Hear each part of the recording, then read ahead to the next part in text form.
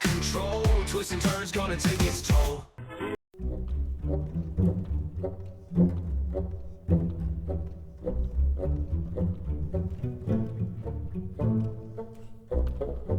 Subject to Changes podcast. I'm your host, Geno McGahee, and I am here with my good friend and co-host, Eric Michaelian. And we are focusing on the Jeepers Creepers franchise. Now, before Hell yeah. hell to Hell the yeah. fucking yeah, where'd you get those peepers? Now, Bitch. bitch. Now, before we begin, let's address the elephant in the room. The writer-director of the first three films in this series, Victor Salva, has a pretty shady past. It's involves child abuse. If you're very intrigued to know, you can Google it. We really don't want to make it the focus of this discussion. We will be discussing it if applicable to what we're saying, but overall, he did some very bad things, and it seems to be like the main thing when people talk about the series. But we're going to talk about the movies themselves rather than get tied up in the controversy. Eric, Jeepers Creepers came out 2001. Was a big, huge hit on a $10 million budget. It brought $60 million back. It was the answer to a lot of horror fans that were waiting for a creature feature to come back. It was on the tail end of the Screams. I Know What You Did Last Summer, the Blair Witch stuff. This was different. How much of the unique nature and the return of the creature feature added to its popularity? What do you think? I think it was a complete departure from all the meta slasher stuff that was going on at the time. Like you said, Scream and I Know What You Did Last Summer. And this was sort of more of an earnest attempt at a horror movie as opposed to just like kind of being too cool for school and being like, oh, isn't it so cliche? I mean, there's a little bit of that in the first movie, but it kind of just goes its own way. So like when I first saw it, I was kind of proud to just see like a straight horror film that wasn't like winking at the audience too much, Yep. and had its own thing going on. It wasn't a teen slasher, which I really appreciated. I was in the same boat when I saw the trailer when it was first announced. I'm like, oh shit, we have something here. And the way the film started with the brother sister combo of Trish and Derry, it started with like that Night of the Living Dead feel with the old car and the road trip, and it didn't take long for the monster to come out and play. What did you think when you saw it? When you saw that big rusty truck coming down the roadway, and the fact that they made this a brother sister combo? What did you think of all that? I liked it. I thought the bickering between the two of them was pretty genuine. Justin Long seems like everybody's little brother, you Yep. know, so it kind of made sense. And then when that giant ugly mass of a souped up truck comes up behind him, it kind of reminded me of that Spielberg movie before he made Jaws. It was called Duel. Duel. Yeah, it was called Duel. Love that movie. And I was like, oh, this has some like Spielbergian vibes, and the way they were sort of just like in a panic over it, and that really loud and obnoxious horn that this thing has. But Yep. I still remember that sound to this day, so it was very effective. Now here's my question. A couple questions, I Mm. suppose. Okay, so they're doing this license plate game, and so every time they get a plate, they say, what was it, "Gay Forever" was one, I think, and they're basically whatever they could spell out of the letters is kind of the way they went. And then they saw this big rusty truck with the creeper be eating you or beating you, however they said it at first. Now, who maintains that truck, and who got it registered, and who got the plates for that truck? Because I can't imagine the creeper doing it. No, but I do imagine he put it together himself. I mean, he doesn't have a lot of time. He's got 23 days every 23 years, but I imagine, if you've been around for thousands of years, as you'll find out later in the series, he's an ancient being or whatever. He Yep. probably picked some stuff up, put a diesel engine inside of a old like Ford truck Yep. and send that motherfucker on the road. Yeah, I mean, sure, why not? He's got ancient knowledge. Why wouldn't he know about automotive shit? Well, and I also think, and I won't get in, I'll bring this up as we get later into the series. I think the answer to the question might have happened later in the series of who maintains a truck and who registers it and all that stuff. And but yeah, Uh, God, yeah. great, great stuff. You get Trish and Derry driving. Um, you get them passing the church and seeing one of the coolest visuals. And this movie is just awesome. This series is good on visuals. They have a lot of stuff where you walk away and you say, "Hey, that was fucking cool looking." And when the creeper was throwing the bodies effortlessly into the pipe, uh, two things popped into my head. One was, "Oh my God, what a cool fucking scene!" And two, I thought of Phantasm with a tall man. Phantasm, yes. Yeah, with When he's loading the coffin into the hearse. yes, yes. How cool was that scene, Eric? That was dope because you get this like hint of something chasing them, and then they a little ways down the road after they pee, of course. Sure. They see this shadowy figure throwing bodies down what looks like a sewer pipe, a giant sewer pipe. And there's the truck. So I mean, you obviously know this person has sinister intentions. They stop. They say we should turn around and go back. And as an audience member, you're like, are you fucking stupid? Yep. And they say yes, we are. So they go back and go into the little pipe thing. And Gino, what does young Justin Long find down in that sewer pipey thing? He actually finds a bunch of really, really cool shit. Like one of the things that I saw in this that I didn't see in any of my other watches was inside that church, which the creeper living in a church could be, I guess, a complete new episode. But the inside the church, on top of all the bodies being stuck to the wall, there was a big wooden like tribute artistic piece to the creeper himself. And I was like, okay, so maybe this is the creeper's church, and maybe back in the whenever he was first around or whenever humanity came around, he was worshipped and that was his church. So I thought that was interesting, and it became more interesting as I delved deeper into the series. But Justin Long, he goes down there, he falls down. First, he sees the rats, and then he sees the guy who's going to die, telling him to hide or run or whatever. He sounded like he had asthma, and then then he looked up and he had all these bodies that were like just basically put up as wallpaper. The creeper definitely has an artistic side to him where he likes music. He likes to put things on the walls, and maybe, he feels awkward going to a flea market and buying a painting. And he's like, well, what am I going to do? Well, I'll hang up these bodies like he did with the Kenny and Darla, that high school couple thing that they went missing, and he took her and she had no head or whatever the story was. He put them on the wall. So the creeper immediately in this film starts out with a lot of momentum. His movements are cool. The fact that he's hauling ass. He's got some great accessories. He's got that truck, and I think that automatically sets him apart from the other horror icons. Because Michael Myers, he's on foot mostly. Jason, you don't want him behind a fucking wheel. Chucky doesn't have a car. Leprechaun has a little bike, but that doesn't count. So if you look at all these other horror icons, I think there was some very, very smart work here to try to create the creeper into the next big horror thing, and the truck was part of it, and so was obviously everything, the hat, the freighted coat, everything, and I think it was working, Eric. Yeah, because the creeper, I wrote it down. The creeper doesn't show up until halfway through the movie.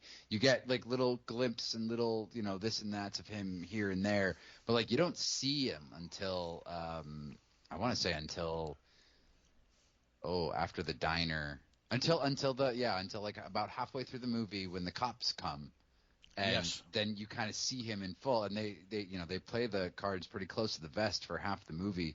And I think another like a thing is like this movie does a lot with very little. Yes. Like there's not a whole lot that happens in this movie, but it's still a pretty effective film. I don't know how scary it would be by today's standards. Hmm. I think things have escalated a little bit. Yeah. But like this movie has a lot of long takes. It's got a lot of long scenes, and it does a lot with dialogue, and it does a lot with like sort of playing tension out in like I think the opening shot of Derry and Trish, I mean, you literally watch them drive up from like a mile away. Yes. Like in Absolutely. real time. And it's like yeah, it's that kind of like dozy car trip where like the miles are long and like the scenery doesn't change. And I thought like what this movie did was very effective and holding off on the monster, because I mean I think it would be really easy to just like bring the monster out as soon as possible. But this doesn't do that. This doesn't do that. I thought they did a pretty good job with holding off on that, which kept the tension up. So like how did you feel when you were watching like the first half of this movie? Did you feel the tension, or were you kind of waiting for the monster to show up? No, I love the mystery of it. I love the tension. I love the fact that initially you don't know what's driving the truck. You don't know what the hell is going on. And then it goes to the pipe scene, and then it goes to the diner. Like I liked, because you're basically in a film where they can't get away. Wherever they're going, this fucker is gonna track them down, and you feel that, and you don't know what the town if the town's in on it, because they've established the town as kind of like a midwestern, overly religious, and even like I thought when they started showing the people at the diner that it was kind of like, okay, we're gonna make this. It's not. It's like an uneducated area. Like when the phone's ringing and the guy goes, "You're going to get that." A person with an IQ over 80 doesn't talk like that, and so they wanted to really establish that this town didn't have a lot of at least intelligent people, or at least a diner, I suppose. And I can tell you, I went to a diner in Gardner, Mass, and it was just like that. So this is not anti-Southerner; it's anti-diner. And so Yeah. we get to the point where I think this film, I'm gonna say it. I hated the psychic character Giselle.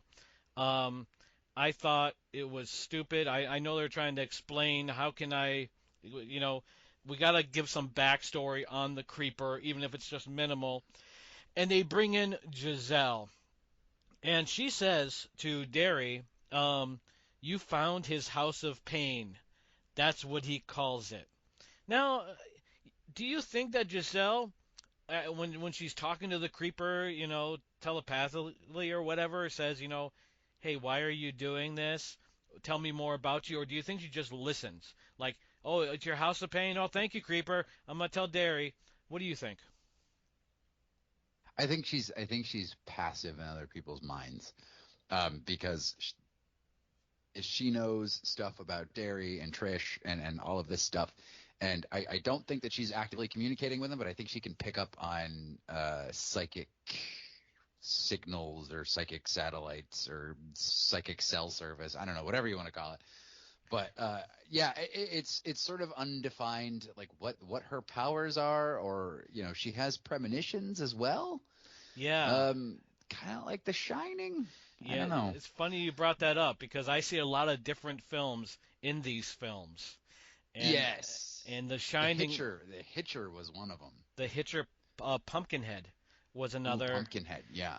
and even Rosemary's Baby as well. Um, Now she says, Jeepers Creepers, that 1938 song. You hear that song, you run. Now, if the Creeper's been around all this time, why that song? Do you think? Why did that one resonate? Why not? How much is that doggy in the window or something? That was around the same time. Um, Probably because it's a catchy tune. You know, I mean, maybe he was just like listening to the radio back then. I mean, I don't know how old that car is, but and that song just struck him. You know, it's like when you what do you like? What's your favorite song, Gino? That's a very very tough one. Oh wow, I don't know if I could say one song, but if I was gonna say like an older song, I would probably Yeah. go with "Don't Let Me Be Misunderstood" by the Animals. All right, so the first time you hear that song, bam, you instantly connected with it. I And did. I feel like he was listening to the radio, listening to WB Eating You, and he heard the song, and it struck that chord. It struck that magical chord inside of him that said, "This is it. This is my favorite song. This would be my wedding song." But marriage probably isn't in the cards for me. No, Like I feel that. That's I mean, if I was picking up on psychic signals, that's what I would say the Creeper's motivation was for that song. and I think it's safe to say that he named himself after the song because everyone refers to him throughout the series as the Creeper, the Creeper. So I think Yeah. he said, "Holy shit, either one, I have a theme song, or two, I like that. I'm now the creeper, and where'd you get those eyes?" Yeah. And may I have them, please? You know. Oh, No.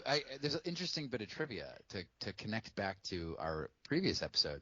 Yes. The original title of this movie was called Here Comes the Boogeyman.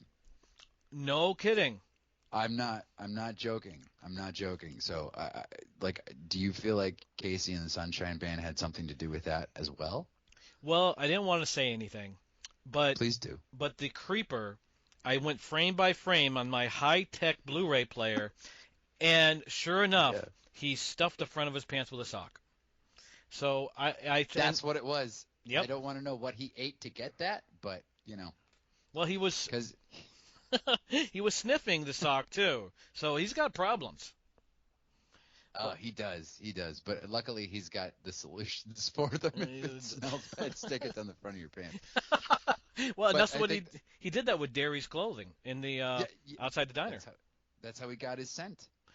So then the the Trish and Derry, they inform the cops. The cops are going back. The two cops are going back to the church with them, and the creeper comes and attacks the cops, Yep. and he eats the cop. Like, he severs the male cop's head Yep. and then eats the tongue right out of his face.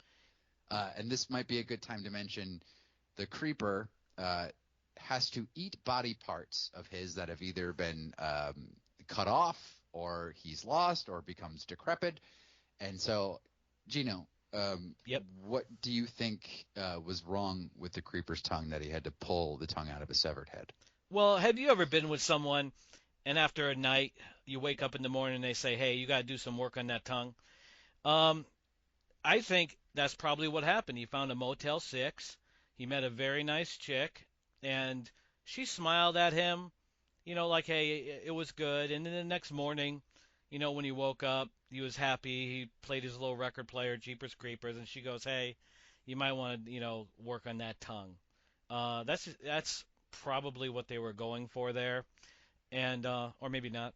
Um, but I think they did not establish what was wrong with his tongue. Where everywhere else he loses an arm, he gets an arm. He loses, his leg, or his leg's fucked up, he gets a leg. And I think in this situation, he no one knows where his tongue went. But he up to that point he wasn't talking. Well, I don't think he talked at all. But No. so I don't know. Maybe for pleasure. I Yep, just wear the face off of another dude and just eat his tongue. Maybe that's his thing. I don't know. Well, he was kissing He's a the head. mystery. He was kissing the head. There's a big undercurrent, at least to the first two movies, of homoeroticism with the Yep. creeper, and just sort of the way he pervs on dudes, and like like Yeah. it's pretty prevalent. And I think that just makes him just that much more different than all the other sort of like heterosexual killer monsters. Yep. And it adds a layer. It adds some depth of character. It does. I think to the creeper. I think, yeah, I think so too. I think that it adds to the fear because most of the time it was, the Scream Queens where they were running. Jason was chasing them, and even mostly like the focal point. It was a female lead in a lot of these horror films. Where here, the creeper did focus on men mostly, and so there is that concern because you're like if you're straight and you're saying, how can I appease this demon? He might find a way, and you may not like it. And the way he licks windows, I don't think you will. No, that licking a window is his house of pain. Oh, it is this. Now, uh, before. Sorry. No. Terrible, terrible joke. I do But, want to mention the scene, the visual of him standing on the cop car, and how Yes. badass that was. This film, and like the others, they know good visuals, and even when the material may be less than stellar, they say we're going to give you something to walk away and say that was awesome. Him standing on a car put this film into another gear. Yeah, it's a pretty iconic shot. And the way it's lit and shot, and it makes him look just like a little crazy, but also it also makes him look very intimidating. That it like the wind is not blowing him off. So he winds up killing the two cops and then reassumes his assault on Derry and Trish, who run him over with their, is that a Chrysler? This old Chrysler. Yep. It's like probably from the 50s, like Yep. a 57 Chrysler Sheboygan or something. Yeah. And he jumps over the car the first two times, and then bang, they nail him and run him over. I think it's like 4 times. And they sort of look, Ugh. and he's just flattened. He's missing a leg. Or wait, no, does he go to the cats first? Yeah. The Catwoman we is forgot about first. the cats. This is when you So get the psychic. Yeah.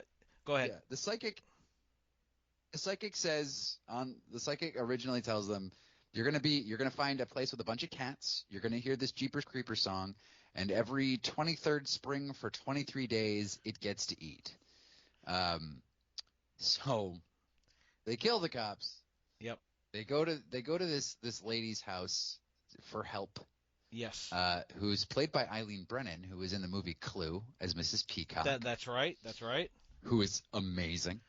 The creeper kills her and some cats. And they establish that he's followed by crows? At He's that point, constantly followed by crows? at that point, I believe so. But that was the point where you finally saw his face. Like Yes. up that point, he was hidden in shadow. When he's holding her from behind, and he kind of sleeks over to look at them and smile. It was such a badass debut of the creeper. Like finally we see what he looks like, and now he's not some crazy guy. He's not human. This thing is a demon or a monster or whatever, and it was a very cool thing. And another cool shot in that they would later return to was the scarecrow, having him stand near a scarecrow, and her and the woman saying, "That's not my scarecrow," which is a great line.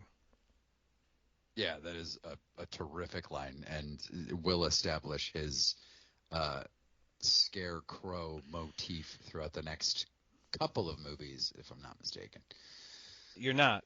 Yeah, and another thing, like you brought up how they're running over the creeper back and forth, keep on hitting him until he's dead. And Derry says, "Do you think he's dead?"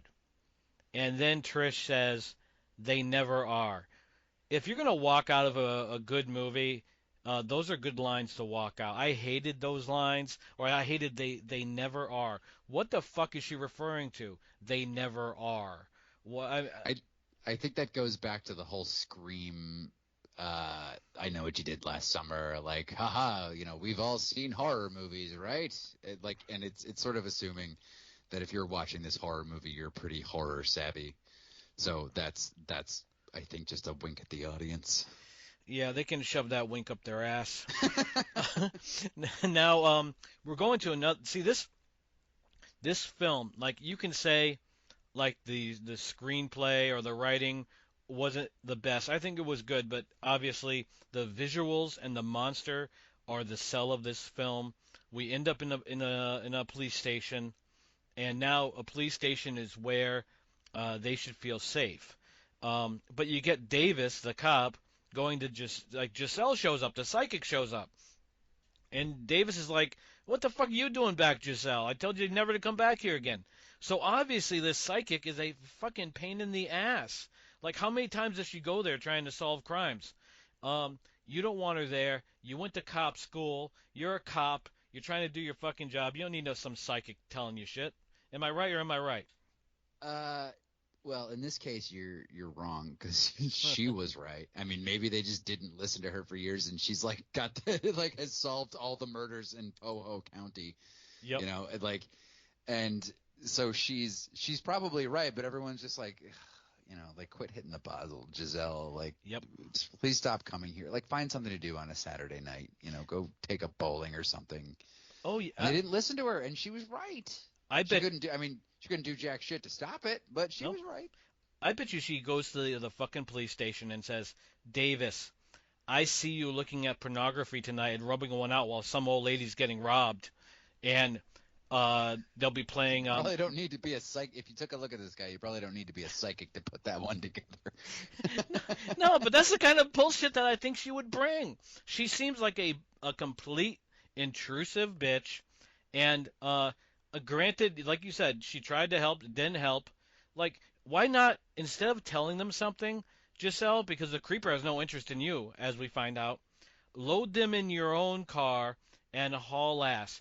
Because the creeper, I mean, he can probably go a few cities, but once they hit the pike, they're fucking off. That the creeper can fly fast, but he can't fly 90 miles an hour. I don't think. Tough to say because I mean he can fly high, but he can run pretty fast. I don't know. I don't know what he clocks in at the 100-meter dash. Okay, police. Flying or running. Police station. She's at the police station, And so the creeper comes in. Yep.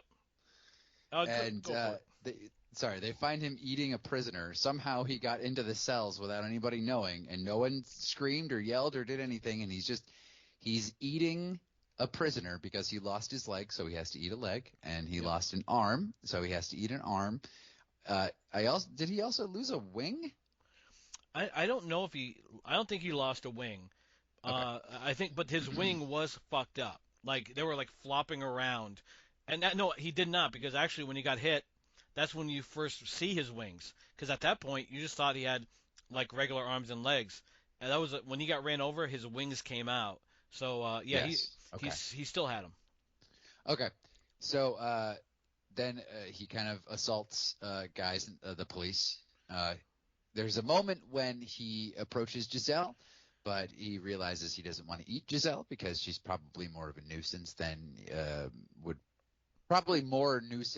would be trouble to eat her. So he leaves her alone. Yep. Because he's on the hunt, my man, and there is only one person that's gonna fill his heart that night. Finger licking good. Oh, so then we get poor Trish and poor Derry Yep. in an interrogation room. The creeper comes in, and he's given the choice. Yep. Does he take Trish or does he take Derry? Well, Uh, there is no almond milk for this guy because he chooses Derry. oh, And- ouch. Sorry. It's okay though. Trish tries to convince him to take her.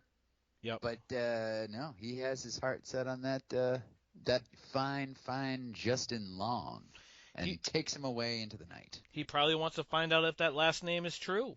And you have the creeper at that scene when they shined a light on the creeper and he does that thing where he like exposes that back part of his head and he screams.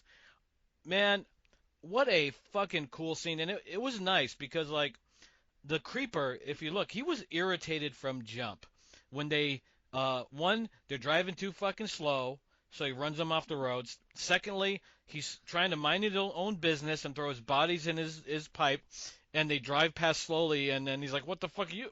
What are you doing?" And now, all he wants to do is take his new friend home, and the cops are in his business. And Ugh. and he was very fucking pissed, and I don't blame him, but I think he didn't need to scream like that. He could have like calmed down a little bit. There's probably like steps he could have taken to control that. Just hold yourself together, man. You know. Yeah, what are you doing, creeper? And now that so the creeper gets away. He takes Derry, and then Trish is like running and watching them fly away, and it ends up in the creeper's lair where he's listening to Jeepers Creepers, his favorite song, and taking Derry's eyes. And that's where the film kind of ends. And you brought up the boogeyman, and there is a song at the end of the film. I'm not sure if you made it beyond like the credits of "Hush Hush Hush." Here comes the boogeyman, another older song, and Hmm.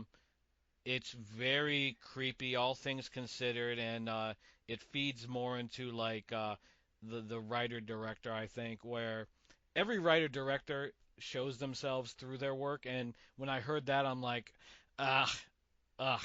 So, um, it's but Jeepers Creepers 1, it set the tone. The horror fans came flocking, and they said, "We have our new Jason, we have our new Freddy, and we want more."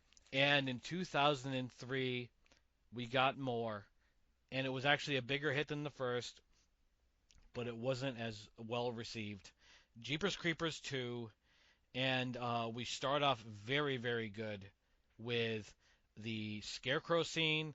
Ray Wise is a farmer, and he's got a young son named Billy, and Billy's running in the hayfield and or cornfield, whatever it was, and he notices that one of the scarecrows is not a scarecrow, and we see the creeper leap off the cross, which is just so cool, and drag away a young boy.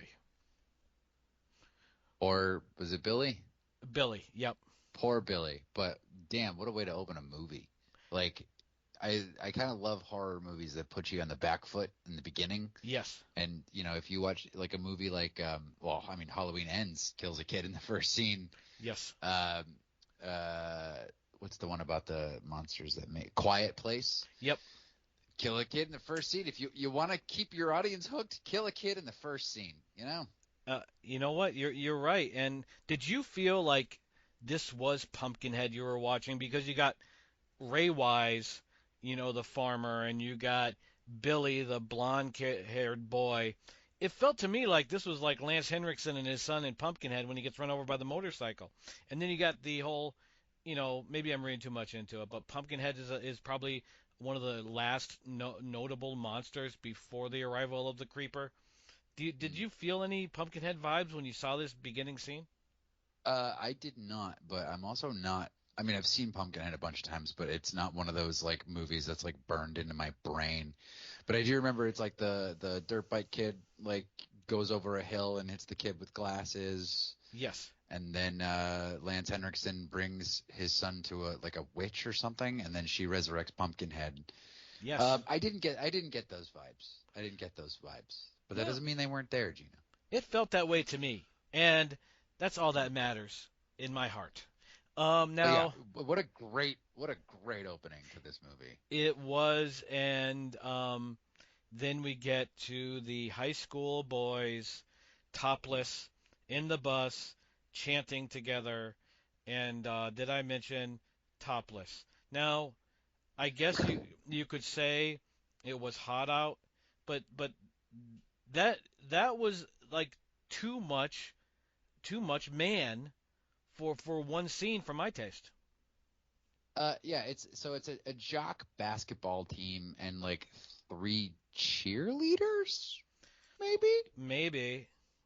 And so they're all on the bus, and the basketball guys just won a state championship.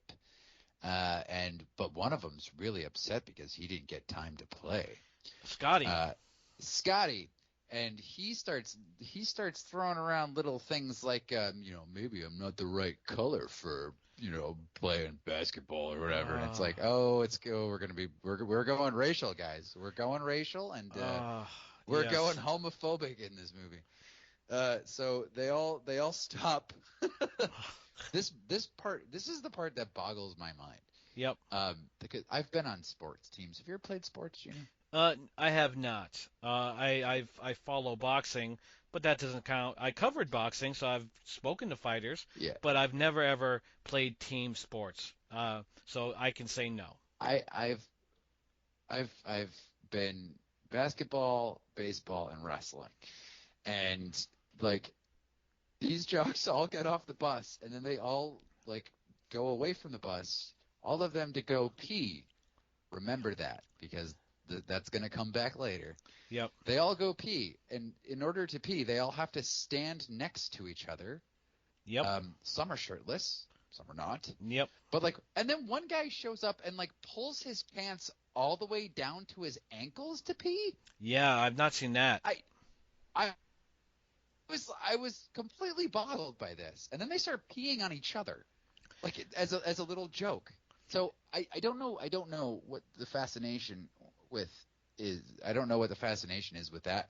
Yep. But then we learned that one of the boys may be gay, and Yep. that's a problem. Well, what did you think about the? Ugh. Go ahead. Okay. I hate when shit is forced into a film just to create conflict. Okay, so you got Scotty, who's like the whatever you are in basketball, like the main guy, and you got to forgive me. My only experience with basketball is NBA Jam, and because I had no interest in it, but I thought that's fair. No, and, I like that from now on. You were the main guy in basketball. well, yes, and so he's pissed off because the black dude got more press, and then he's going to the Izzy and the whole Izzy or isn't he gay thing, and I'm like, these these are things that don't happen. I won't say they never happen, but this is forced in conflict. They just relied on something that is old and worn out, and I thought immediately, I'm like, this one, if you're hanging out topless and pulling your pants down and peeing on other guys, then what the fuck are you even bringing up? Like, hey, is he or isn't he gay? It added nothing to the story. The whole, hey, you're the wrong color or I'm the wrong color thing added nothing to the story. I immediately was like, this is really pissing me off because there's room there for conflict. If you want to say, hey, they're fighting over, hey, who the best fucking forward is or whatever, then fine. But why did they have to add that in outside of Victor was just not there? This just is not good writing. And so you have that, and to add to not to good writing, I wrote down a couple of quotes from the film. Billy's brother, he says, "You little butt sniff, bite him in the ass for me." Now that's two mentions of ass in 3 seconds. And then you have, "Get back on the Betty Boop." Have you ever heard of a fucking bus called a Betty Boop? What the fuck is that, Eric? Who said that? That was the blonde bus driver. Oh, I must have blocked that out of my mind because that sounds like a terrible line. But I have the worst line in this series to come later. My God! It's not "Eat shit, jockstrap boy," is it? No, it's not. It comes in a later movie, but remind me to bring that up. Anyway, so. All right, so the creeper is swooping down, and the bus breaks down, and they're all in this bus. The bus breaks down. There's a throwing star that the creeper has made out of Derry's skin and bones, and he has stopped the bus and ruined the tire, a perfectly good tire, and now they're kind of stuck there. Now the creeper is swooping down and picking people up and taking off, and now they know they're kind of fucked. Yeah, he takes away basically all the adults. The coach, the assistant coach, and the bus driver, they're all swooped away, and you leaving these kids trapped in the bus. Which I don't. Did you ever read? And then it sort of becomes like a Lord of the Flies kind. Did you ever read that book? I love that book. Yeah, I Yeah, sure did. it becomes Lord of the Flies. The kids basically start turning on each other due to those like racial lines, due to those homophobic lines, and then the creeper comes down and looks in the window and starts picking out the people that it likes, Yeah, which is kind of a ridiculous scene. He's pointing, winking, give him the old finger gun, licking the window yeah. again.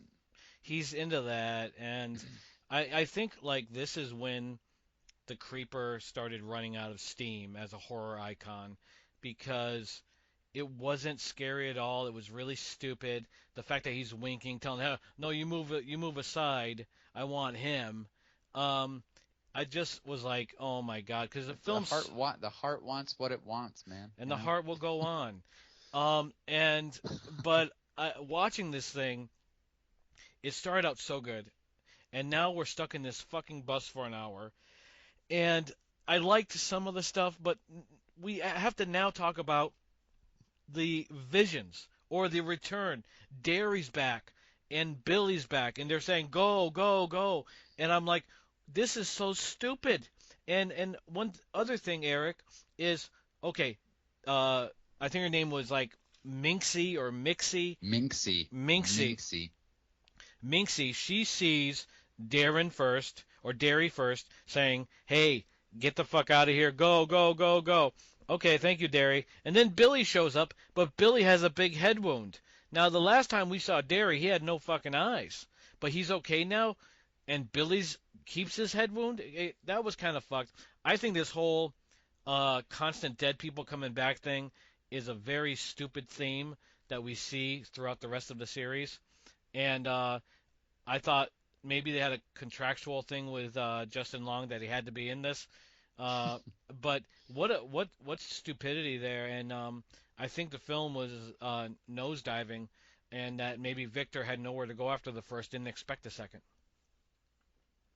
Well, I mean, so this girl Minxie, Jesus Christ, Minxie starts having psychic visions like out of nowhere. Like someone says like in the movie, like you were waving pom poms like 3 hours ago. Like all of a sudden you're a psychic.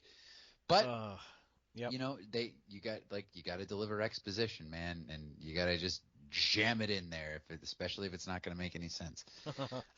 So yeah, it kind of stops, and then everyone's looking at her like she has the answers, and then everybody starts turning on each other, and that's when the creeper attacks and just starts grabbing kids, and so there's a few sequences in there, like one where he what are they stab him or something like that, and he Yeah, like well, lands on the bus and his wings hangs in through the cabin of the bus, and they all have to like go around it yep. to get to the other side. And what happens to the poor gentleman that gets stuck in the wing? Oh well, if I'm not mistaken, does it? Well, obviously he dies.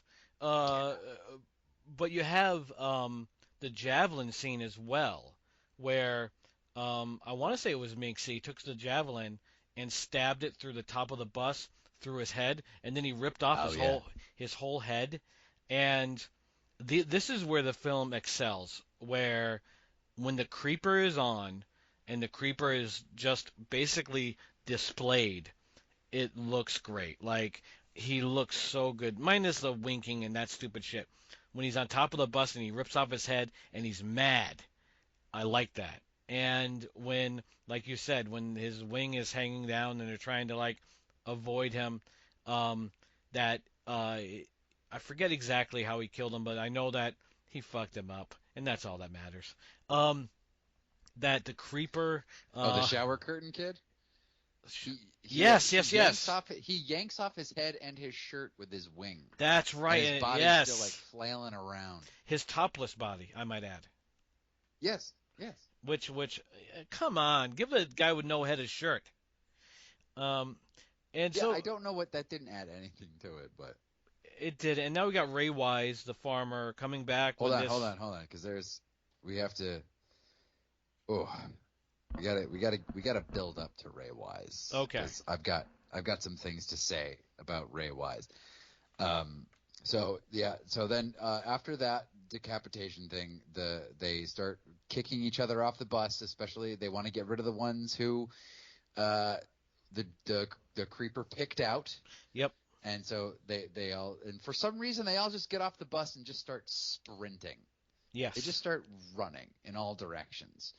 And the the the nerd kid, whatever his name is, Bucky. Bucky starts calling on the radio for help. And then they can't get anyone except for Ray Wise. And this has like one of like the dumbest things in a horror movie where like Ray Wise is like, "Hey, where are you? Like is there anything you can see around you? Like, hey, maybe give me your location. Is Yes. there anything around you that you can see? Are you close to anything?" And what does fucking Bucky say? He goes, "I'm close to peeing my pants." Yes. Really fucking helpful, you dumbass. Oh, Really helpful. I hated But Bucky. oh, so as all those people run out, poor Scotty gets killed. He apologizes for being racist, and then he's murdered. Yep. And so finally, Ray Wise finds where the kids are located. Now, earlier in the film, we see a couple of shots of Ray Wise in his barn. He has apparently a whole blacksmith set up in his barn Yep. because it looks like he's starting to forge weapons. He's got these long blades. He's got this long corkscrew pole, and you don't necessarily know what it is he's going to do with this, but he's also pulled his post puncher 500 into the barn. Yes. Okay. So then Ray Wise starts making his way towards the bus. We're all caught up. Okay.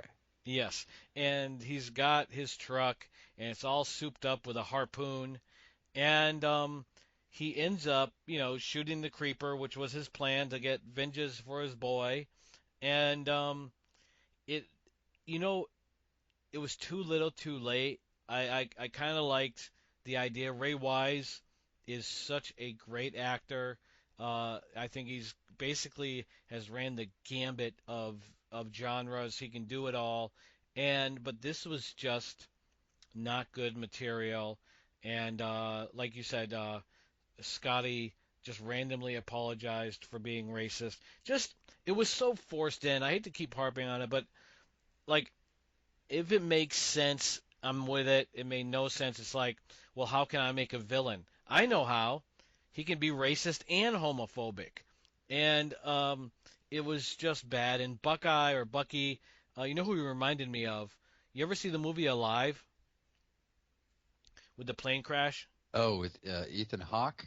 Yes, No, I yes. haven't. No, I have not. Oh, I recommend it. But in that movie, there's a whiny guy when they're like, "We gotta walk," and he's like, "I don't want to go." That was Bucky. Uh, and Okay. so we got I can see that. Ray Wise. He conquers the creeper, and now he's ready. He has the creeper's corpse hanging on his barn wall, and he's waiting for the 23rd year. Which do you think that Victor Salva there that he thought there would be a sequel because making this 23-year rule fucking paints you in the corner. Well, he said he wrote it so it would be like sequel proof. But then I think Francis Ford Coppola, who produced the movie, Yep. said, "Well, just set it during the same year." And he's like, "Oh, yeah." Yeah. Not very smart. But I have to talk about this Mm. part of the movie. Okay. I have to because this is the greatest part of all of these movies. Ray Wise showing up with the post puncher 500 And oh my God, like I freak out every time I see it. I think this is just like, not only is this a great ending to a Jeepers Creepers movie, this is an amazing ending to any movie. Okay, Hmm. I'll grant you, it doesn't make any sense whatsoever that Yep. he has like a forge in his barn, or that he converted this post puncher into a harpoon. But oh my God, when he first comes up and he shoots the harpoon through the bus, and he's like, "You kids get down!" And Yeah. then like he nails the creeper, and he goes flying. And then the creeper like rips the bus in half with the cord, and oh my God, this was such a good this is such a good ending. Enough in my eyes to redeem the entire series. How good this ending was. Oh my God, I love this ending. I bought the movie on DVD, which I still own, Yep. in 2003 because of this ending. It was Huh. so good. And then the creeper, like somehow through car accident or something, like loses an arm and a leg, and it starts like a belly hopping like a frog Yep. Yep. through the field and is about to attack one of the football players. Ray Wise comes in, starts stabbing the motherfucker until the creeper's time runs out and his face closes for another 23 years. And goddamn, what an ending to the movie. I still love it after 21 years. I liked the beginning and the end. It was everything in between that I thought stunk. Well, that was Yeah, fair 2003. enough. 2000, 2003. We're looking at 14 years of Where is the Creeper Okay. until we reach, finally, we have Jeepers Creepers 3, written and directed by Victor Salva there, and he's bringing the Creeper back. And this film, initially, I think it did go to the cinemas, but I think it landed on the Sci-Fi Channel quickly because of the Oh yeah. controversy of his comeback. Um, now, It the had a $6.2 million budget. It only made $4 million in the box office. I don't know if it was probably limited release, Yep, you know? I think so because I know like, and we talked a little before about this that scaredstiffreviews.com, my website's been around forever. When this film was coming out, I was getting press releases about this film and I was posting them, and I was getting a lot of heat for even posting them. So Victor Salva had the microscope on him. They were basically before canceling was cool. It was cancel time for Victor. So it went from the cinemas, which it had to have at least a small release, but it came right to the Sci-Fi Mhm. Channel, and it's a continuation. It actually happens on the same night as Derry and Trish, and as the group of topless basketball players, all the same night. And we start off with the truck. The truck is outside of the police station right after the first one. I like this a lot, where Trish is still in the building, the this machine is outside, and Davis and the cops come out. We get introduced to this great character, Danny, played by Stan Shaw, and they decide to look at the truck and find out what's up. And this is when we find out that um, the creeper has some wonderful toys. Yeah, the truck is booby trapped. It has steel steel spikes in the back. Yes. Um, that it's got a plethora of booby traps in it, and some unfortunate guys find out the hard way without really doing any investigation into this thing first. Yes. Yeah, so Creighton Duke, Stan Shaw from Monster Squad, right? You know what? It's been so long. I remember him from Snake Eyes with Nicolas Ooh, Cage. Snake Eyes, yeah. Hmm. But yeah, Anyway, he gave me Creighton Duke vibes from Jason Goes to Hell. very much, very Yeah, the much. cowboy hat, the long duster. Yeah, so he's trying to warn all of these guys what they're dealing with, because he knows, because he lost someone. I I want to forget. say he lost his brother Oh to yes. yeah to the creeper, and he went face to face with the creeper, and now he's dedicated his life. Even made a squad, and he even had someone make a patch that has a creeper on it, like a Ghostbuster thing, which was cool. Should have called it Monster Squad. I'm telling He should have. you. So the car drives itself um, away, and it is apparently it's a self-driving car. Gino, why do you think the car is driving itself? Okay, I'll rewind 1 second before I answer that. Did you notice the fanged skull hanging in the creeper's truck? Yeah, what the fuck was that? That's what I'm asking because what are we? Was this a plan of a spin-off of maybe the creeper taking on vampires or something? It made me think. I'm like, what? Why would he have that? It doesn't make any sense. And you talked about the self-driving car. Before that, they tow it. They decide to tow it. So the tow driver and the cop Oh yeah. are taking it away. The creeper shows up. He chops the chain and he pulls away his truck and he's going to take off with it. And I felt bad because if you're a truck driver or security guard in a film, you're toast.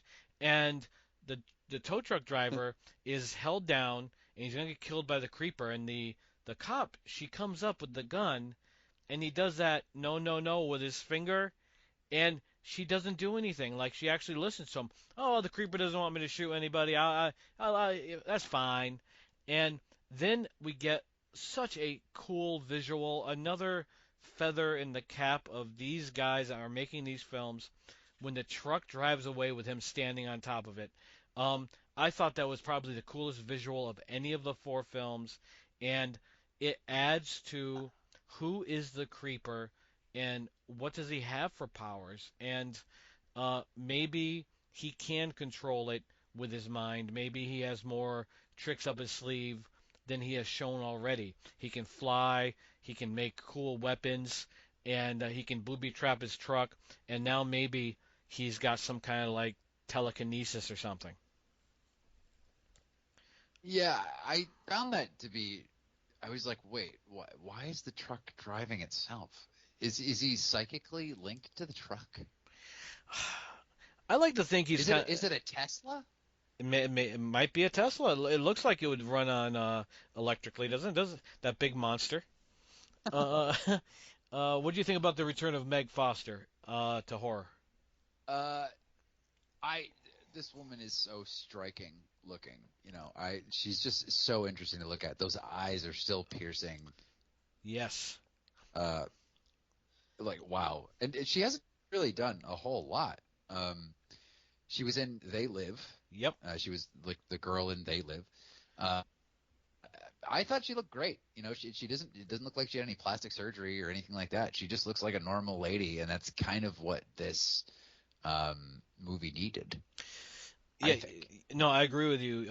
Her eyes sell her. Like she is like she's always had that beauty. I mean, granted, she's older in this. She is grandma in this, but you never lose those eyes.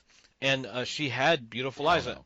And They Live. You mentioned she was Evil Lynn in Masters of the Universe. Um, just a great presence. And but but we get this theme that we're seeing now of dead people coming back to warn. So now you got Jordan, her son that died at the hands of the creeper, coming back and warning her, hey, uh, you gotta run, you gotta get rid of what we buried, whatever his message was. Um, but do you think that Derry and Billy don't hang out with him? He's like a douchebag because don't you think all three would be together? Maybe they're on different planes of existence. Like he was killed 23 years ago, I Right. think, or 46 years ago. I'm not really sure. Uh, Yep. the opening scene, like the creeper grabs a dude off the road, and Yep. he's there, and the creeper's hand falls off because he Yes. chopped it with a machete or something. Yeah. And so yeah. Maybe it's like a force ghost, like in Star Wars, where they just they can appear and they can talk, but they're just they're different. They're on different planes, man. Different. like I, like I like like Ghost Dad with Bill Cosby. perfect. Yeah, let's bring him up. This seems like the right podcast for it. So, so we got um, Meg Foster's Galen, and her son Jordan is back, but she has a granddaughter named Addison who wants to save her horse. And Oh yeah, I just wrote her down as horse girl. okay, so it's Addison. She's got a boyfriend that she says has a nice ass named Hook. You'll find in these films that man ass is brought up quite often, and Addison added to that pile of ass. And so this guy Hook, and I'm not trying to shame anyone, but Addison is hot, and Hook, he's got like all those freckles. He's kind of like nerdy looking, and he is lucky to get a chick like Addison, and his dad says, you can do better. What the fuck was the dad looking at? Why do you think the dad thought Addison isn't good enough for his son, who should take what he can get? I think maybe they were taking. He was not taking necessarily that he was taking in that the Addison and her grandmother are going through financial troubles. So maybe since this guy's a successful feed store owner, Yep. he's saying, "Hey, look, don't get involved. Don't get involved with the poor. You know, they're going to be begging for hay all the time. I mean, that's what horse girls do. You know, he doesn't want his son to be used by a horse girl. Yeah, but I mean, where's he gonna go? But also, the horse was called Rocket, and that kind of scared me, because I'm like, uh, what does the horse have on his mind? Where are we gonna go with this? But thankfully, it didn't go where my mind was going. Where if you got a horse named Rocket, you know, maybe something bad is gonna happen. Because when I was in high school, there was a guy driving around town without pants on, and he was pleasuring himself and pulling over to people and saying, "You want to see my rocket?" I'm not sure if that happened where you grew up, but it was a big Uh, story in my so that hometown. that sounds like a Ludlow thing, Oh, it was. It was. or And like Ludlow. but thankfully, I never had the pleasure to meet the man, nor do I know if he was hung like a horse.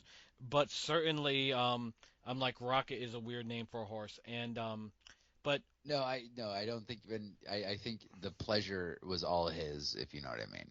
I know what you mean. Now, Kirk. Kirk is a empty character, not written well. The brother, I believe, of Addison, that trapped a rabbit and was basically Oh just yeah. being an asshole to the rabbit. And then he takes off with his friends on dirt bikes because the He was scumbags he was gonna also kill the rabbit. he was. You can't kill a He was gonna rabbit. he was gonna kill the rabbit, and they're saying like don't do it. And I wrote this line down because he says when they tell him not to kill the rabbit, they go, "Ugh, you're all a bunch of women." Yes. Yeah. I Well, I was like, what the fuck does that mean? it's that machismo thing where you get a lot of dickheads that say shit like that, and they're typically jobless and they just have their wives go work and never do anything but still try to say this, oh, I'm the man thing. And that's the kind of guy Kirk was. And he hung out with a Yeah. bunch of dummies that are going nowhere, and they end up finding the creeper truck. And we get some pretty bad writing here and some pretty bad, uh, I wouldn't say character development. I guess we can say acting, but I don't think they had anything to work with. But the characters were very unbelievable. At one point, one of the guys looks at the truck and it says, "Kiss my ass, you ugly old bitch." And then another guy pisses on the truck, and it's just like, Take note of that. Take note of that. yes, he does What he pees on the truck. the creeper doesn't like that, and No, he doesn't. so they check it out. They open the back. It has the booby traps and all that stuff, and we start. The creeper comes back, and I think the creeper looks great. I like the red shirt. I'm not sure where he got it. Probably Walmart, and just guessing Walmart. And he comes down and he starts kicking ass. And we see a new thing that he does. outside of killing people, he also just kind of like kidnaps people like he did with Kirk and just wraps them up and throws them in the back. Why do you think he's changing up the game a little bit, or did he always do that? Yeah, this to me doesn't make a lot of sense because, in the past two movies you see him just sort of eat right there and then uh, whatever he needed to eat. But now he's like taking prisoners, and I think Addie says at some point like, oh, he almost doesn't care if we are alive or dead. But Yep. like, in the first one he threw that kid down the sewer pipe and he was all sewn up, and so I don't. It doesn't make a lot of sense. It was a plot convenience because they had to kidnap Addie Yep. and keep her alive somehow. But whenever the creeper gets a hold of you, he kills you. But I don't know. They switched up the formula, and that's just one of the many issues with this movie. Because the creeper starts knocking off the dirt bike douchebags like one by one. Like there's a chain that comes out of his tailpipe Yes. and like it skewers them and pulls them back or something. And Yeah. this is where everything to me starts getting really convoluted. The truck is able has a mind of its own and like defends itself somehow. I don't know what did you make of sort of the reintroduction of the truck, because the truck wasn't in the second movie. Yeah. He was just kind of running around. So like what did you think of like the truck being back and the truck doing its own kind of weird protective thing? I was actually a big fan of it because I like the idea of the creeper kind of like building as a character. Like the idea of him having the power to kind of like rig his truck, but also have some sort of, like we said before, the telekinesis. Like these things are really cool things for the creeper, a monster we didn't know a lot about. And so I like the idea of the truck being a character in and of itself, and also the death of the biker that pissed on the truck was awesome, where he was jumping in the air and it went right through him, right through a tree. And the creeper was not happy when he saw the piss on his truck. If looks could kill, that guy would be dead twice. And so I was very happy with the truck. I think the truck is a great addition, and I like the booby traps. I like everything about it. The CGI was a little shitty, but I could live with that. So yeah, I liked it. I thought it was pretty good. Yeah, the CGI and a lot of the background the green screen stuff is like very sci-fi channel. Not that there's anything wrong with that, but like when you're, if you, I mean, this was like what, a $6 million movie? It's like fix Yep. your fucking green screen, Yeah. Like where the hell did Yep. all that money go? Yeah. Where did it go? Now you have the hand. Okay, this is where the film gets kind of very weird. Um, Galen digs up the severed creeper hand, and it somehow connects her to the creeper himself. And she learns about him. Somehow you can grab the creeper's hand and you can actually get like history on him or learn what he is. What did you think about this tool in the movie to expose the creeper more so? I think it was really stupid.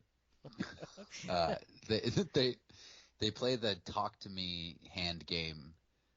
Did you ever see that movie Talk to Me? No, no, I Where they, wanted they to. I haven't find seen like an it. old. It's a great movie. They, the so if you touch this hand, it can lift you up in the air and turn your eyes foggy and make you see the history of the creeper. But it's like at this point, like, can we just assume that everybody knows? Like, Yeah. Jesus, do you have to explain this shit over and over and over again? For Christ's sakes. Uh, I thought it was really dumb. It takes a really long time in the movie. This movie is like a buck 40, but for some reason, like this hand stuff just went on for a long time. Oh yeah. Um, because it's not just it's not just Meg Foster that does it. Then your man from Monster Squad does it, and then another guy does it, and it's like, Jesus Christ, can we fucking, can you guys like stop this hand jobby stuff and just like move Yep. on with the plot? Oh my God. That was actually a line I actually wrote down that I think they should have used with Danny after he was all beat up, and when he looked up, I just pictured him saying, "That's the worst hand job I've ever gotten." And unfortunately, Victor didn't think of it. It leads to, the chase scene where the Jeepers Creepers truck is now like Mario Kart, where it can drop bombs and blow up shit. You got Oh yeah. that, but then we got I think when it comes down to the writer director, the most telling piece of like I guess uh, the creeper is him. Like when the creeper comes to the sign that says "I know what you are" or "We know what you are," and the creeper starts crying and he starts screaming. I mean, I think this is like the writer director saying, you know, that's the demon within me or whatever. At least that's what I got from it. Did you get something different from that, Eric? What do you think they were saying? Um, I like.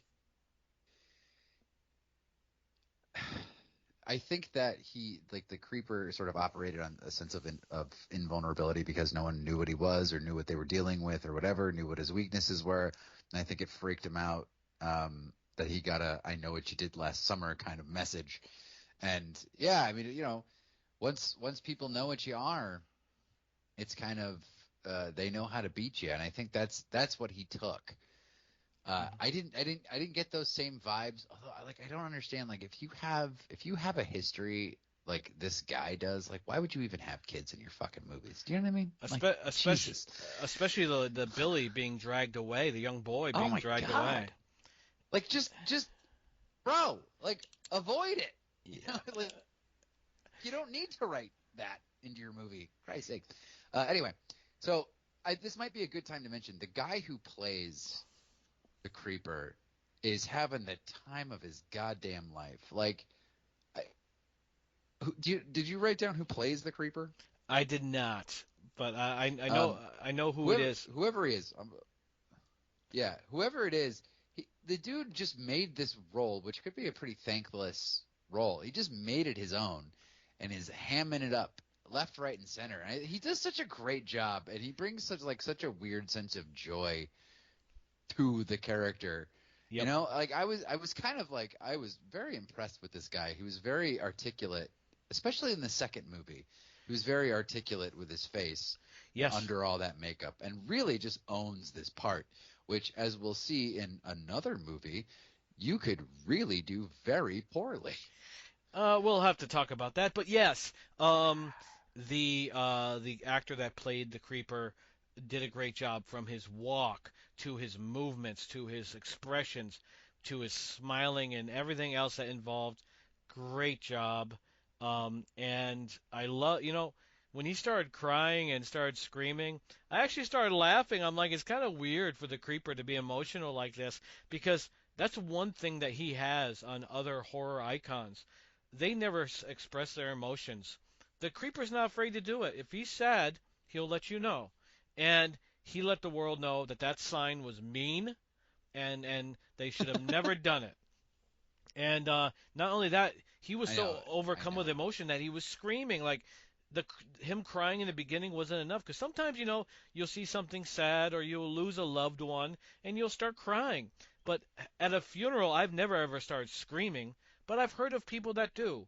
So he definitely his feelings were hurt and shame on them for leaving that sign because even though he can be difficult, I thought this was a little bit much.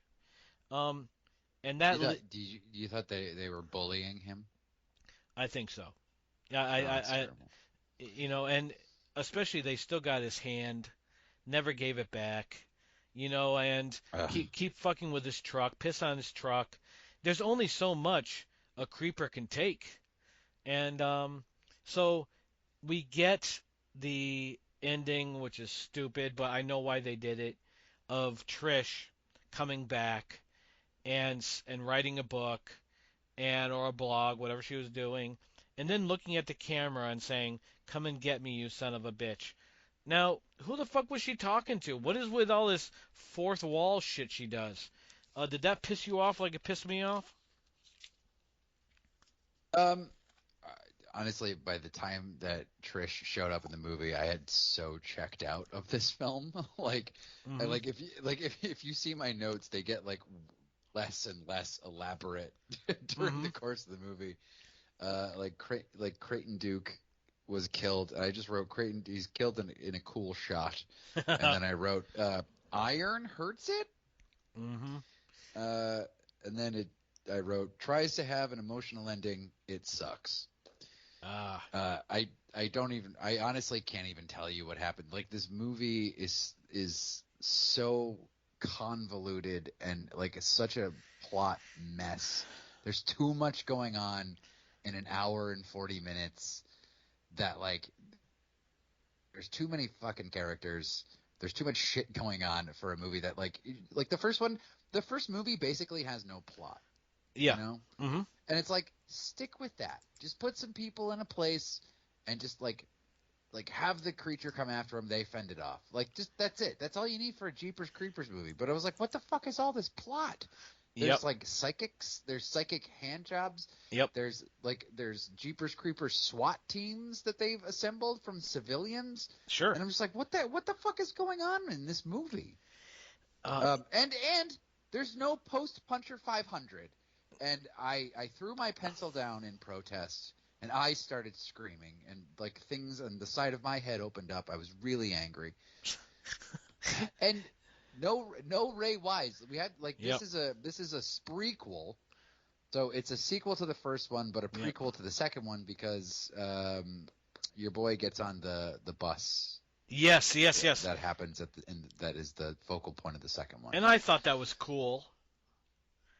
Yeah, I like those. I like those little tie-in endings. You know. Now, before we get to Jeepers Creepers Reborn, um, how about a 2 minute movie review, Eric, if you would?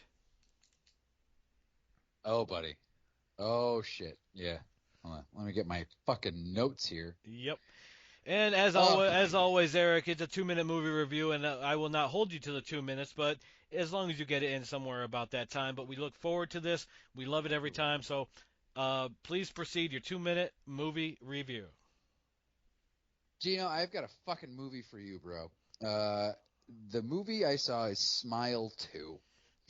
Hmm. I'm a big fan of the first one. It's one of the last film I can remember that scared the shit out of me. Hmm. Um, and this movie, bro, does not disappoint. This movie is uncomfortable. It's tense. It's in your face. You're in a constant state of unease.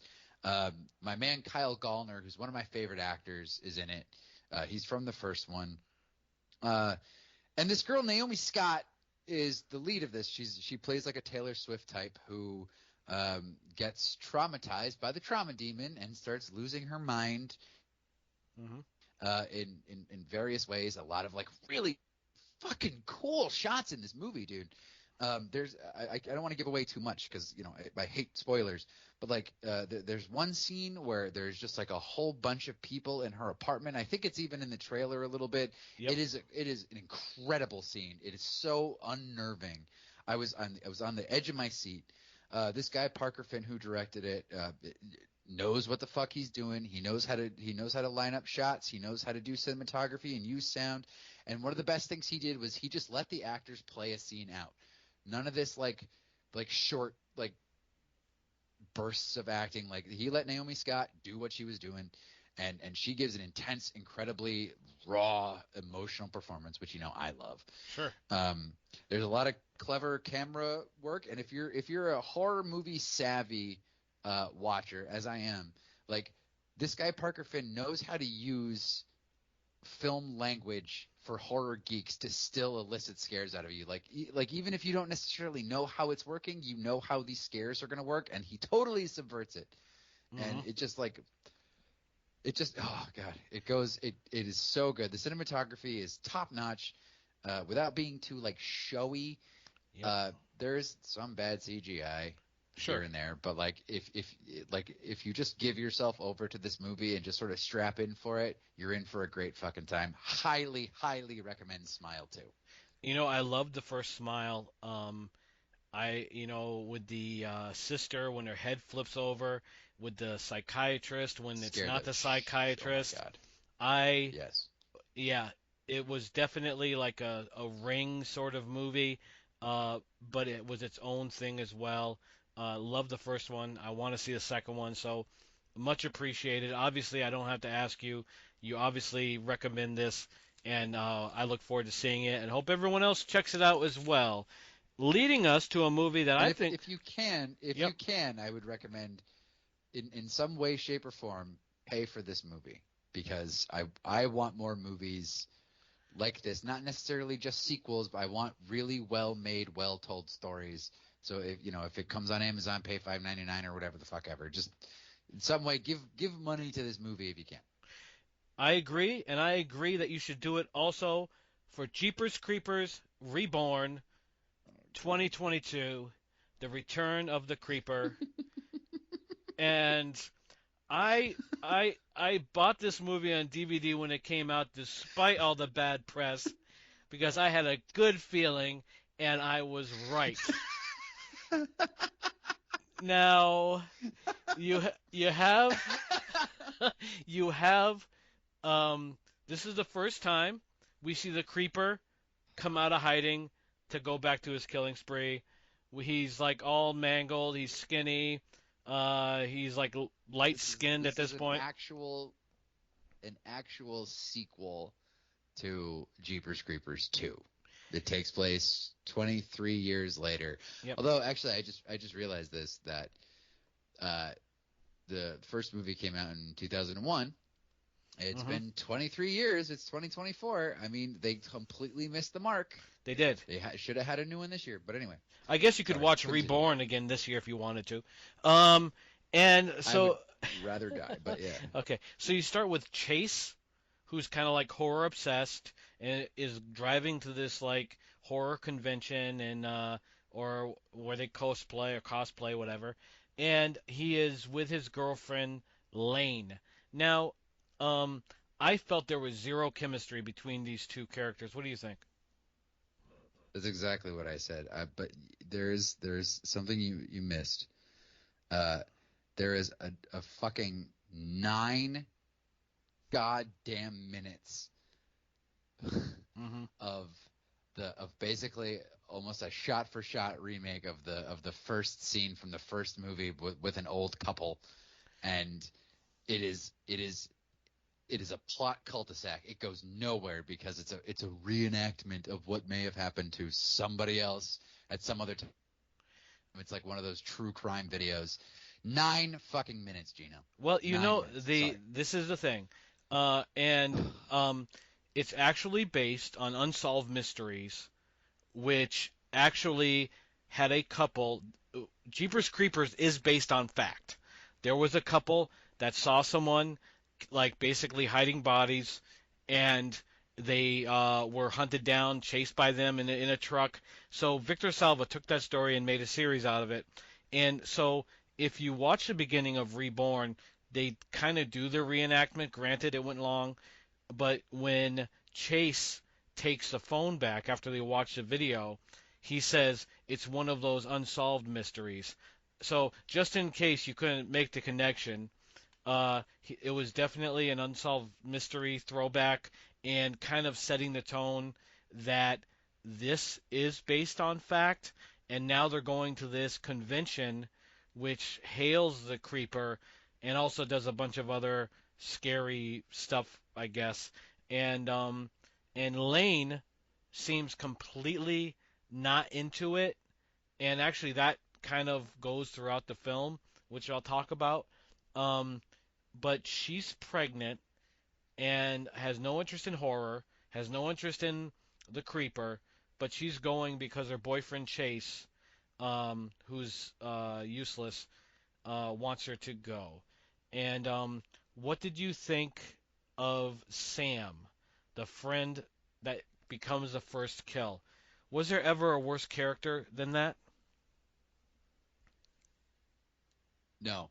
And this is that line that I was talking about from before. It is one of the worst lines I've ever. First of all, he goes really far into the woods where no one else is around to pee again, Yep. and he says, "I have to Tinkle.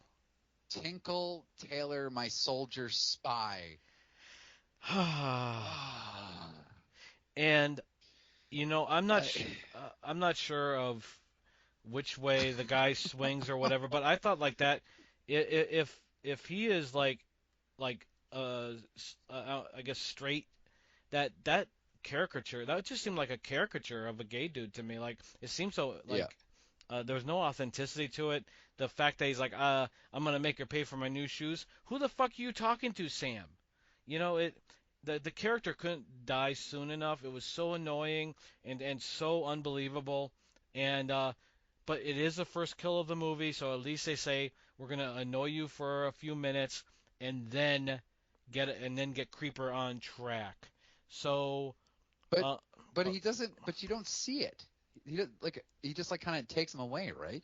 yeah, you kind of see the Creeper behind him with the where he kind of opens up his head thing and then he kind of screams and you hear like the mushy sounds. So that's basically what you get. And we get But also, what the fuck happened to Ray Wise?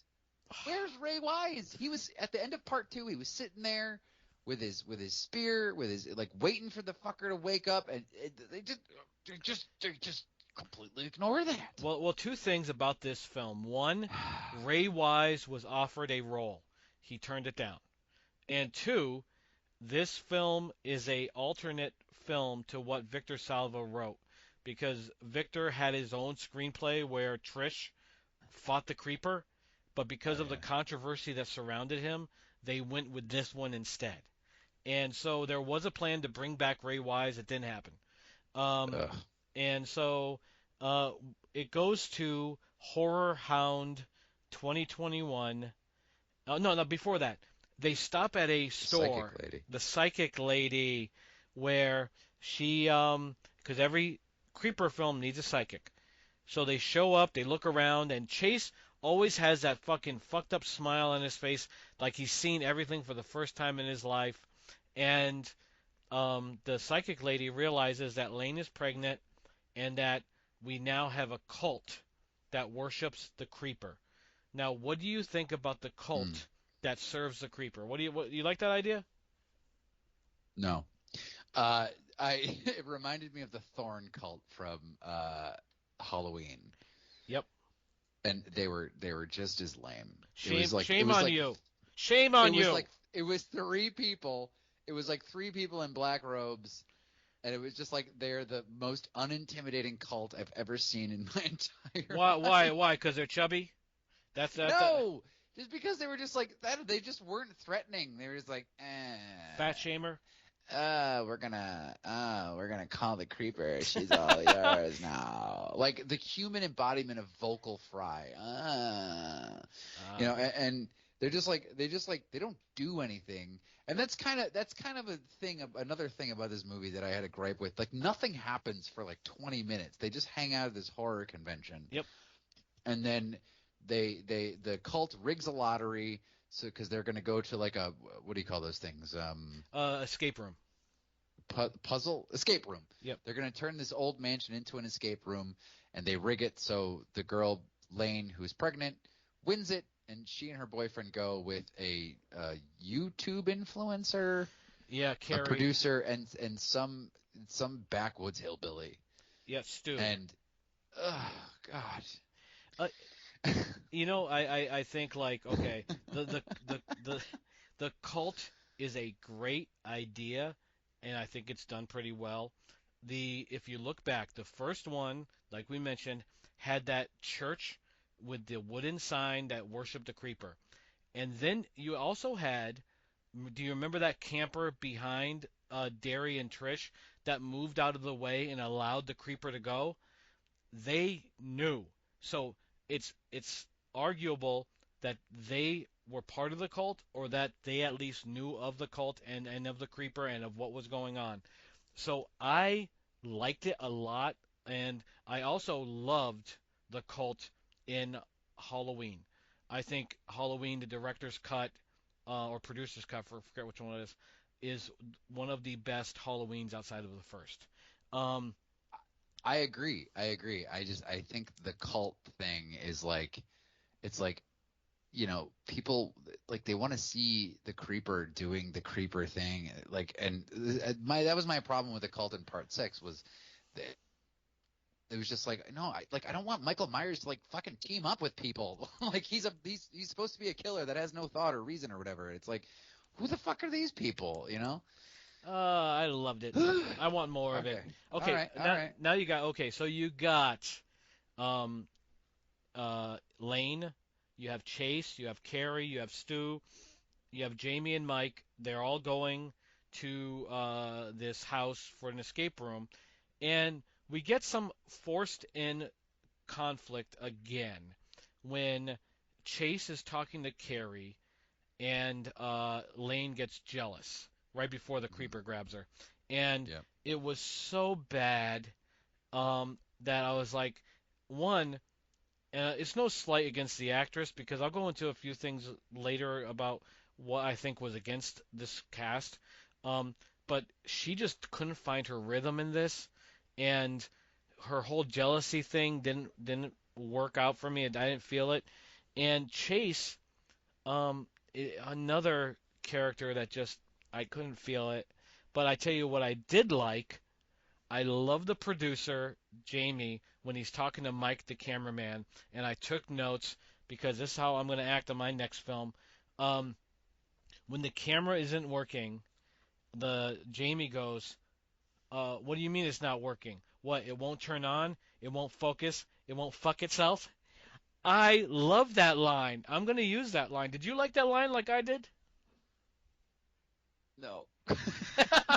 Like I really I I really couldn't find like anything in this movie that I liked.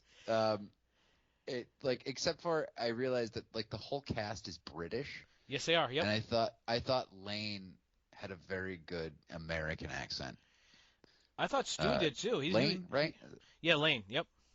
Who's Stu's the main guy, right? No, Stu is the guy they keep calling redneck and horse raper and incest guy. Oh yeah, yeah, you're right. Yeah, he was good too. He was good. I thought you were talking about the boyfriend, and it was like, no, God, no. Oh, Chase is terrible.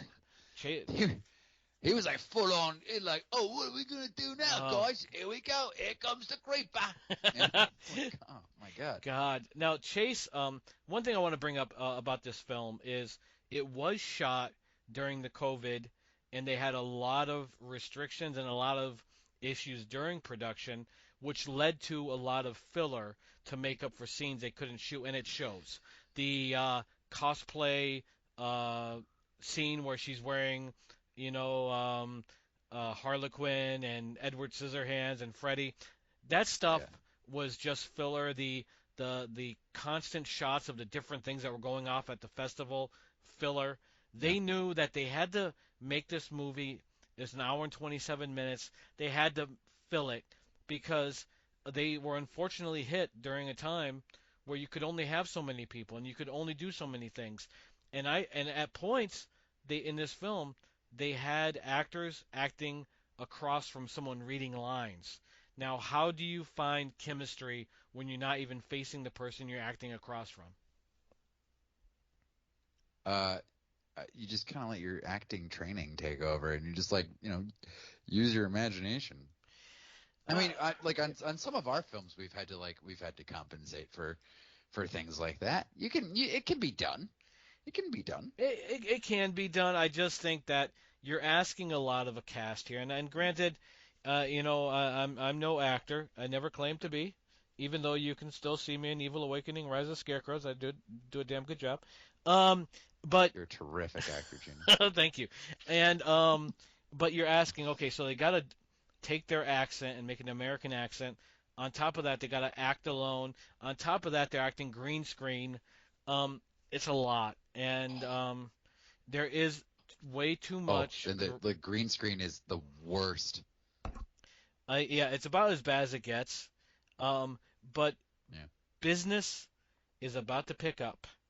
The creeper is Right. And back. I do want to say that with what they were working with, like they did their best and they did a pretty good job, all things considered, the acting. I mean, hmm The but acting, yes, you the mean? creeper comes back, played by somebody new. Yep.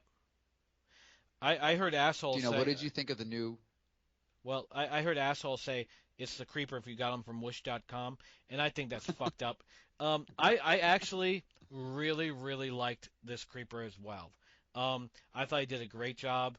I thought, he has a new look, but it's a new start, it's a new foundation, and I liked it. I thought that some of the fighting scenes were great. I didn't understand why they pulled Chase off. Did you see when Chase was handing the creeper his ass and everyone grabbed Chase and dragged him away?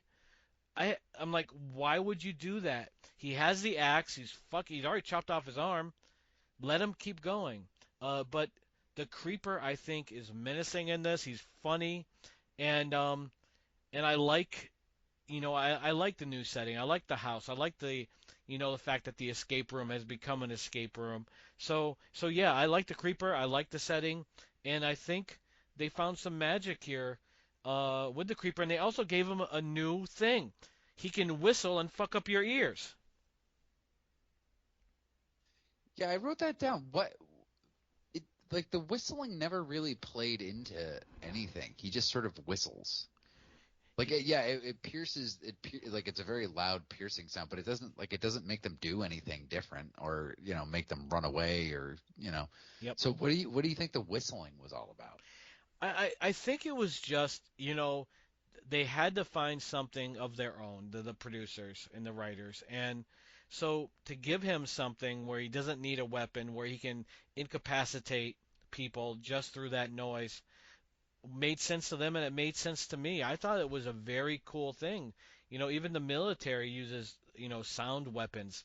So it makes sense that this is something that he would do because it's been proven effective in different mediums or medias and mediums. And so I liked it. I liked the creeper overall. I think that they did a fantastic job with minus a lot of the acting, which I know it's that's a tough sell because if the acting is bad, then your movie is going to really suffer, and it does. But there is magic to be had here, and I think the whistling is a great addition. Okay. All right. Um, so the creeper is after Lane's baby, which I mean at this point would probably be just like a cluster of cells. So I don't really know what he was after.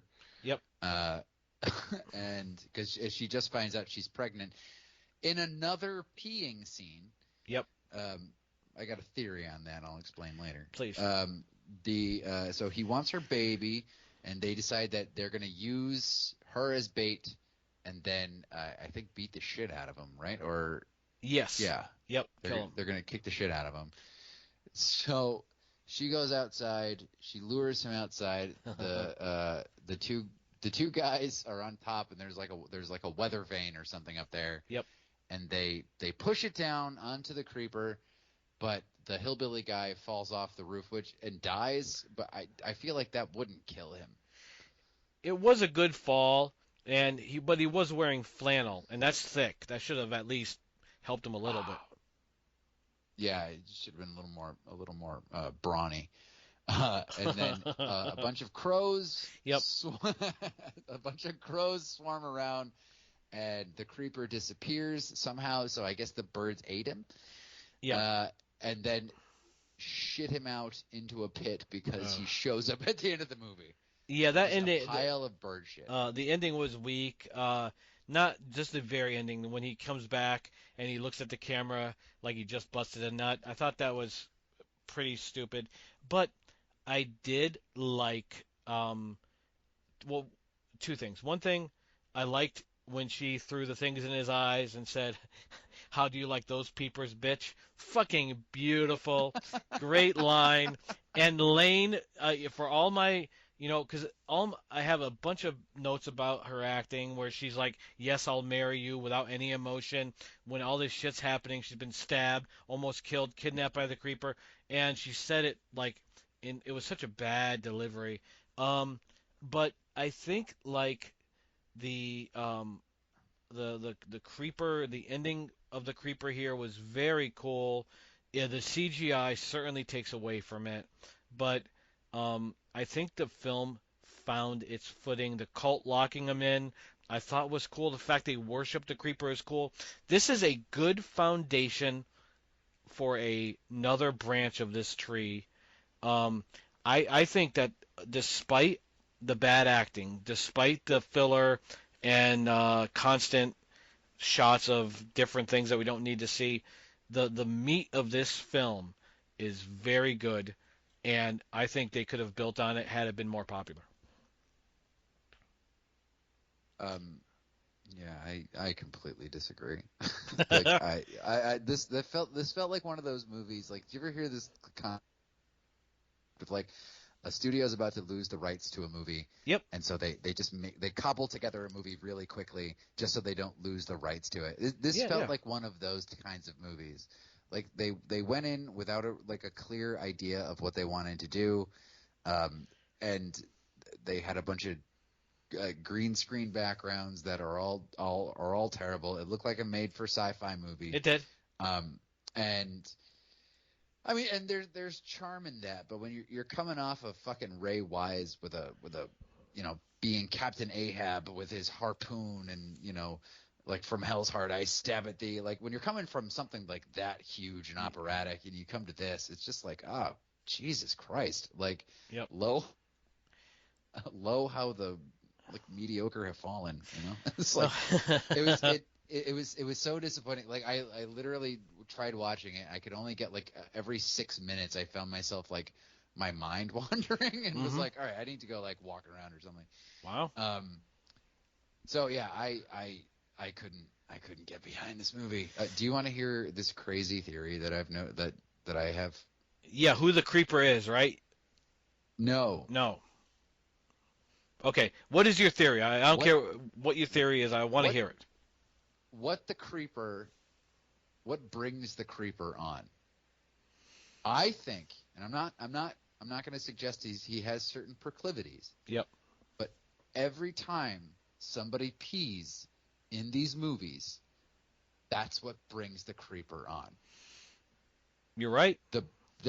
Every time somebody pees, he's right fucking there. And I'm not saying that he's into golden showers. I'm not saying that. Yep. I'm not even implying that he's into golden showers. I couldn't say he's into golden showers, Gino, Yep. but I'm just asking questions. Is he into golden showers?